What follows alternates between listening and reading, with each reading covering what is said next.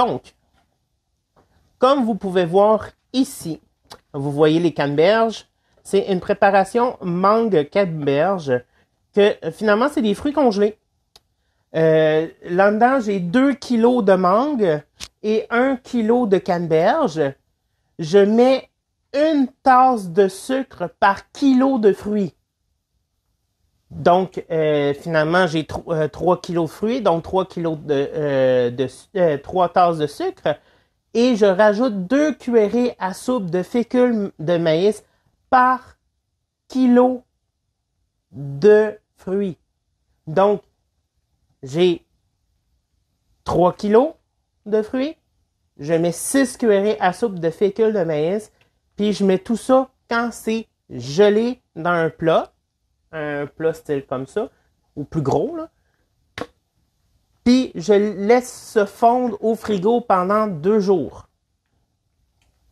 Le sucre va s'imbiber dans les fruits. Et la fécule de maïs, avant de le mettre en cuisson, vous avez juste à mélanger, puis ça va se mélanger aux fruits. Et ça va, la fécule de maïs, ça va faire épaissir le jus de fruits qui est avec. Parce que c'est ça qui est bon. Fait que, puis le pourquoi j'ai fait mangue et canneberge, c'est parce que je trouve qu'un fruit tropical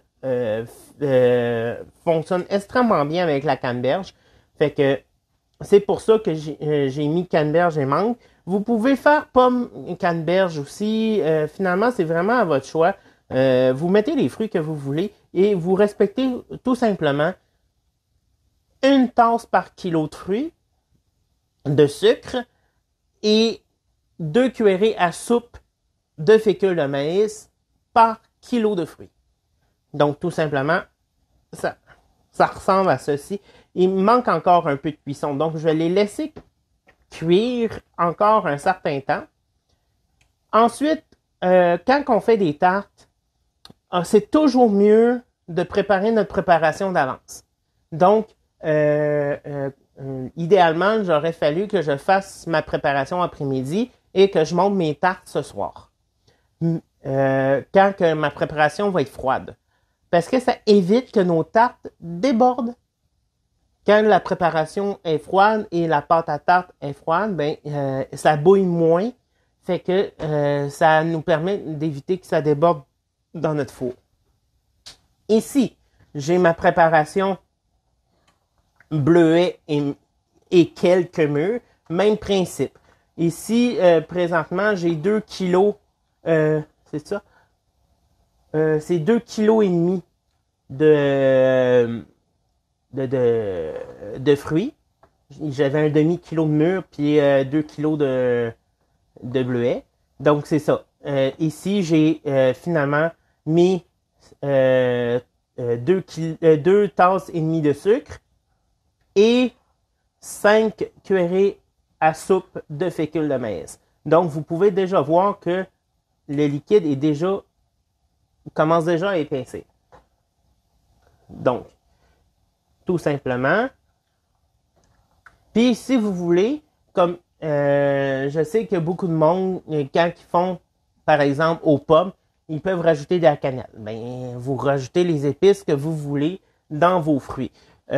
Moi, ici, je vais rajouter cannelle et muscade. Donc, ce ne sera pas bien long. Je vais les sortir. Donc, cannelle.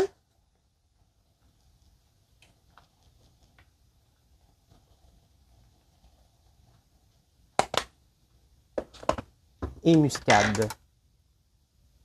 J'en avais, mais semble. Oui.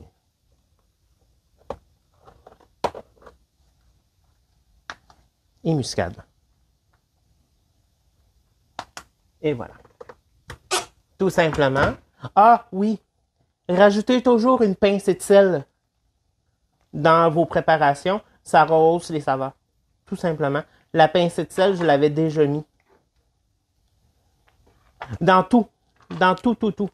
Une pincée de sel dans n'importe quel dessert. Un gâteau, une tarte, whatever, là, tout qu'est-ce qui est pâtisserie. Si vous avez une recette qui n'a pas de pincée de sel, là, rajoutez-en une, gênez-vous pas. Fait que, comme ça. Tout simplement. Et ensuite, je vais essayer, je sais pas comment vous placer pour la pâte à tarte. Je vais vous laisser comme ça, puis je vais prendre le temps de venir vous le montrer. Donc, pour la pâte à tarte, besoin d'un grand bol, une livre de graisse. Si vous aimez mieux, c'est 454 grammes. Moi, je l'avais déjà mesuré. Moi, c'est parce que je l'achète en grosse quantité, mais vous pouvez prendre les livres qui vendent à l'épicerie, puis c'est déjà... vous prenez la brique au complet. Tout simplement. Ensuite, il faut 3 tasses de farine. On va tasser ma petite pelle. La tasse à mesurer.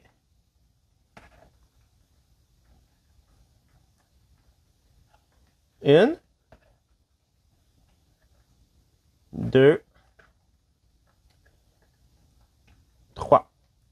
Donc, 3 tasses de farine. Ensuite, 6 cuillerées à soupe de... 6 cuillerées à table de poudre à pâte, donc levure chimique.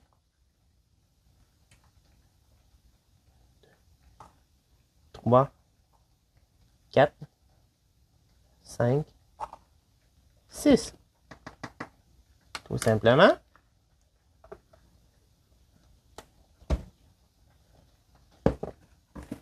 Un quart de cuillerée à thé de sel, comme ceci.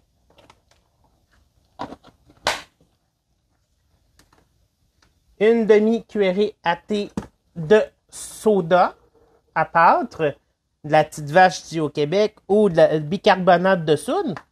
On va tout dire les types, les noms. Et finalement, 2 tasses de lait.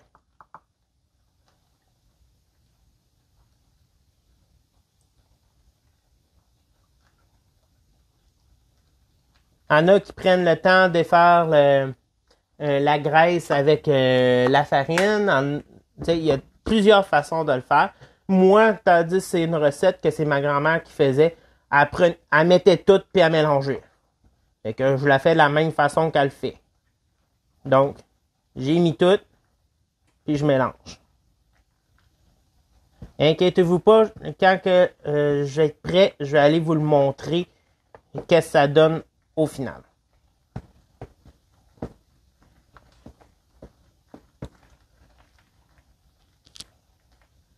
Je vais baisser un peu les ronds parce que ça mijote pas mal.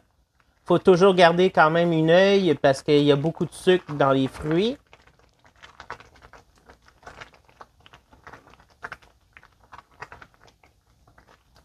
Quand vous remarquez que sur un gros rond, ça mijote trop, gênez-vous pas de le transférer sur un petit rond. Comme là, je remarque que ça mijote trop. Je ferme, j'ai un petit rond en arrière, je mets à la même température, mais en arrière. Fait que ça me permet que ça mijote un petit peu moins sur un petit rond. Les bleuets, je vais les baisser quand même considérable.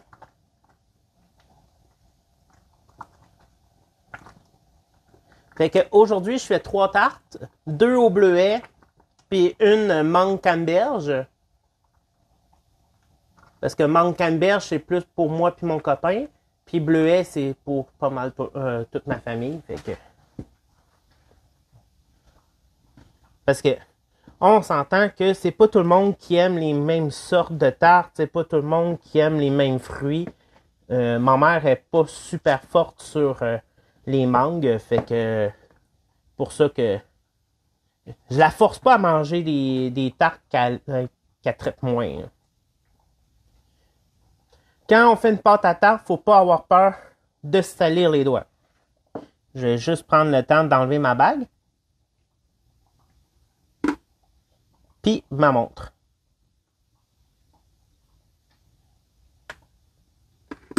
Parce que pas sûr que ma montre puis mes... Et la chose qui arrive avec une pâte à tarte, c'est tout dépendant on va parler un peu de physique. Tout dépendant l'humidité dans l'air, tout dépendant l'endroit où vous êtes à cause de la pression atmosphérique, ça se peut qu'il vous faut un petit peu plus de farine ou un peu moins. Parce que on s'entend que la farine, si elle a moins de pression atmosphérique, elle va plus absorber. Donc, c'est pour ça que, comme vous pouvez voir, là, ma main est collante. C'est pour ça que dans mon chose à farine, j'ai toujours une petite pelle comme ça. Je ne touche pas à ma farine, puis je peux rajouter de la farine comme que je veux. On fait attention de ne pas rester trop longtemps les mains dans la farine non plus, parce qu'on ne veut pas nécessairement que la graisse fonde, parce que c'est ça qui va faire le côté pâte à tarte de notre, le petit côté feuilleté de la pâte à tarte. Parce que si la graisse fond, ben ça va venir une pâte plus dense.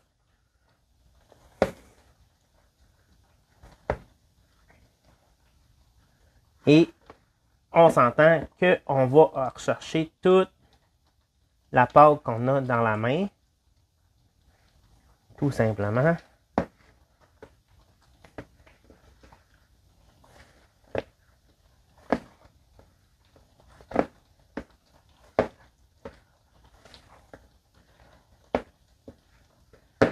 Donc, quand elle se tient, on le transfère sur le comptoir, on vide le plat, comme ceci, puis on y va.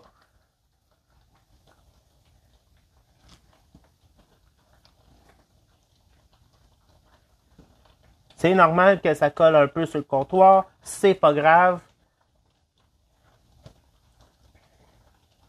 On rajoute un peu de farine, comme ça.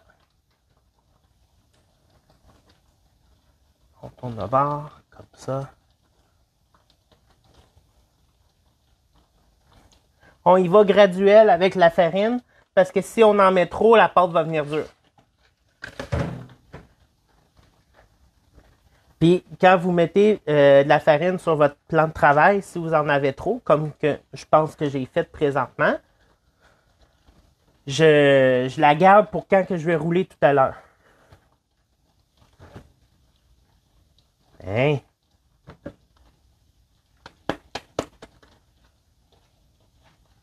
Fait que, une belle pâte à tarte comme ça, je le remets dans le bol, je le laisse patienter pendant un 5 minutes au frigo. Voilà.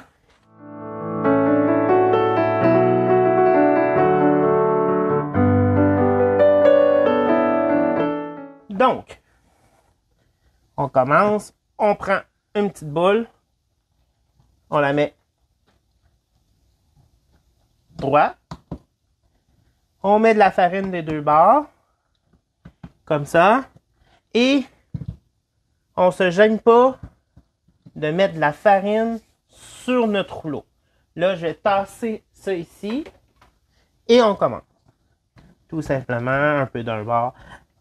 Finalement, c'est vraiment facile. Quand ça colle un peu, on tourne de bord. On remet de la farine sur notre rouleau. Et on essaye de rester rond.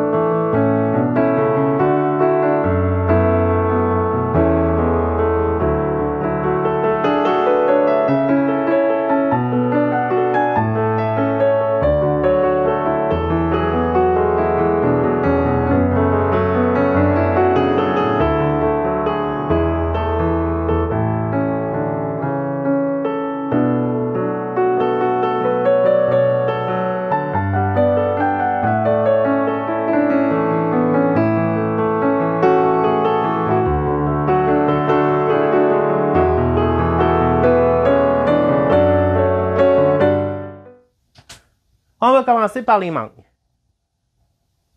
Donc,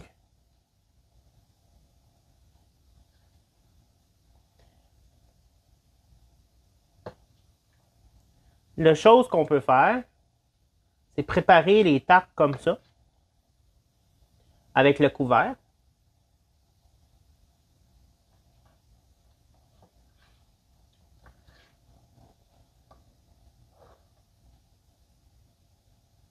Et voilà. Vous le mettez à peu près égal à la croûte. Parce que si vous la mettez plus haute, ben, il y a des fortes chances qu'il déborde. Donc, comme ça. Et les deux autres, je les fais au bleuet. Donc,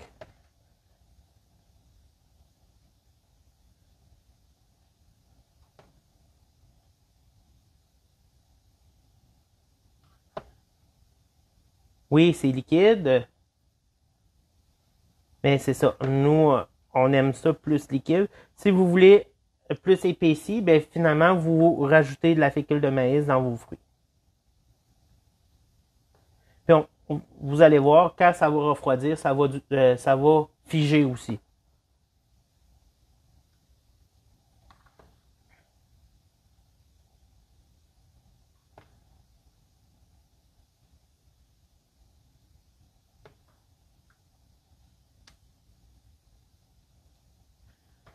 L'autre chose aussi que vous pouvez faire, si vous voulez vraiment avoir, vous voulez pas avoir les petits morceaux de fruits, vous voulez juste avoir le...